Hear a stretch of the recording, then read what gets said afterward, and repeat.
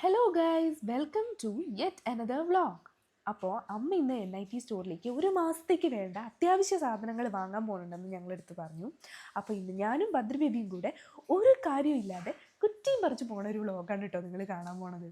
അപ്പം ഞങ്ങൾ നേരത്തെ സെറ്റായി, അഥവാ ഞങ്ങൾ കൂട്ടിയില്ലല്ലോ.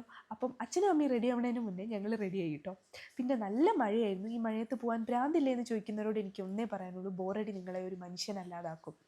അപ്പോൾ ഇതെൻ്റെ ഒരു ഫാൻ ബോയ് ആണ് കേട്ടോ. ശ്രീചേച്ചി ആ കഥയും പറഞ്ഞ് എന്നോട് ചുമ്മാ ചിരിച്ചുകൊണ്ടിരുന്ന് അവിടെ നിന്ന് എന്തോ ഒരു സാധനവും വാങ്ങി ഞാൻ നേരെ പോയത് NIT സ്റ്റോറിലേക്കാണ് കേട്ടോ.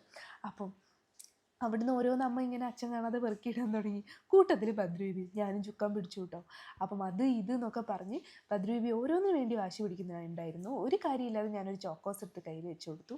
ഞങ്ങൾ ഷോപ്പിംഗ് കണ്ടിട്ടാണോ എന്നറിയില്ല, ആ ചേട്ടൻ നേരത്തെ ബില്ലടി തുടങ്ങി.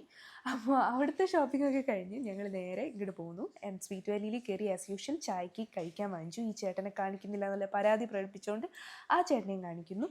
നേരെ വീട്ടിലേക്കാണ് കേട്ടോ എത്തിയത്. അപ്പം മഴ നിന്നിട്ടില്ല, ഒടുക്കത്തെ മഴ.